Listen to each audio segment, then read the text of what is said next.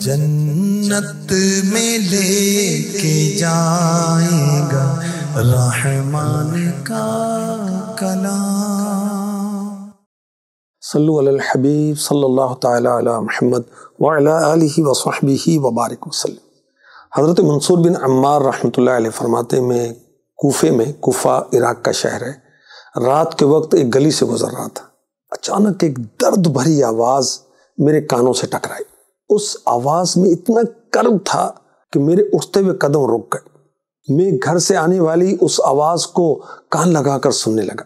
میں نے سنا کوئی اللہ کا بندہ ان الفاظ میں رب کی بارگاہ میں مناجات کر رہا تھا، یا اللہ تو ہی میرا مالک ہے، تو ہی میرا آقا ہے، تیرے اس مسکین بندے نے تیری مخالفت کی بنا پر سیاہ کاری نہیں کی، بدکاری نہیں کی، بلکہ نفس کی خواہش نے مجھے اندھا کر دیا۔ یا اللہ شیطان نے مجھے غلط راہ پر ڈال دیا، میں گناہوں کے دلدل میں پھنس گیا، یا اللہ تیرے غضب اور عذاب سے مجھے کون بچائے گا۔ حضرت منصور بن عمار رحمۃ اللہ تعالی علیہ اس شخص کی مناجات کو سن رہے تھے تو آپ نے باہر سے کھڑے کھڑے ہی قرآن پاک کی تلاوت شروع کی۔ یا ایھا الذین آمنوا قوا انفسکم واہلیکم نارا وقودها الناس والحجارة عليها ملائكة غلاظ شداد لا يعصون الله ما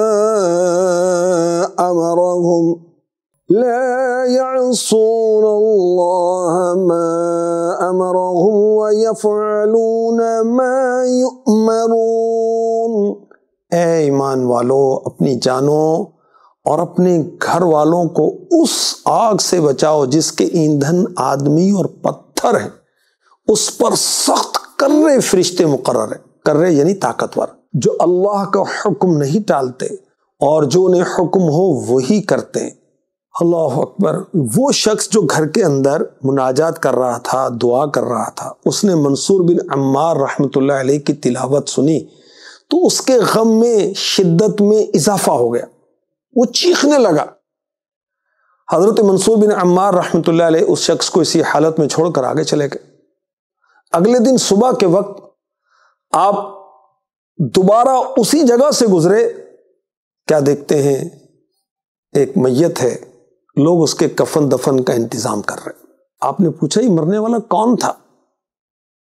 انہوں نے کہا کہ مرنے والا ایک نوجوان تھا جو ساری رات خوف خدا کے سبب روتا رہا اور سحری کے وقت انتقال کر گیا۔ اللہ اکبر، اللہ اکبر۔ آپ نے سنا کہ ہمارے اسلاف، ہمارے بزرگ، اللہ کے نیک بندے ایسے بھی گزرے ہیں کہ قرآن کی تلاوت سن کر وہ بے ہوش ہو جاتے، قرآن کی تلاوت سن کر وہ فوت ہو جایا کرتے تھے، ان کی روح نکل جایا کرتی تھی۔ قرآن کو سمجھتے تھے نا، قرآن کو پڑھتے تھے نا۔ اور یہ بھی پتہ چلا کہ اللہ کے نیک بندوں کی تلاوت میں اثر ہوتا ہے، اللہ کے نیک بندوں کی زبان میں اللہ تعالیٰ اثر دیتا ہے، جسے سن کر لوگوں کی کیفیات بدل جاتی ہیں۔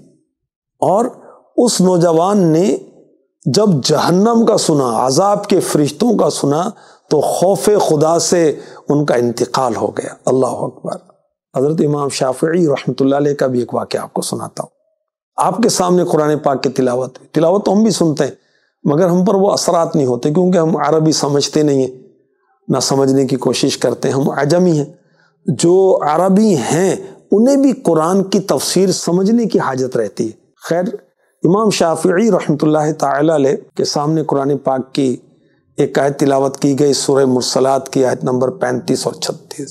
هذا يوم لا ينطقون ولا يؤذن لهم فيعتذرون۔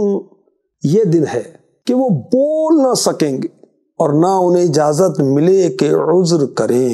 امام شافعی رحمۃ اللہ تعالی علیہ بہت بڑے عالم مجتہد ہیں، کروڑوں ان کے فالوورز ہیں، مگر خوف خدا کی کیفیت دیکھیے، یہ آیت سنی تو چہرے کا رنگ بدل گیا، جسم کانپنے لگا، خوف خدا سے ہوش و آواز جاتے رہے، وہیں سجدے میں چلے گئے۔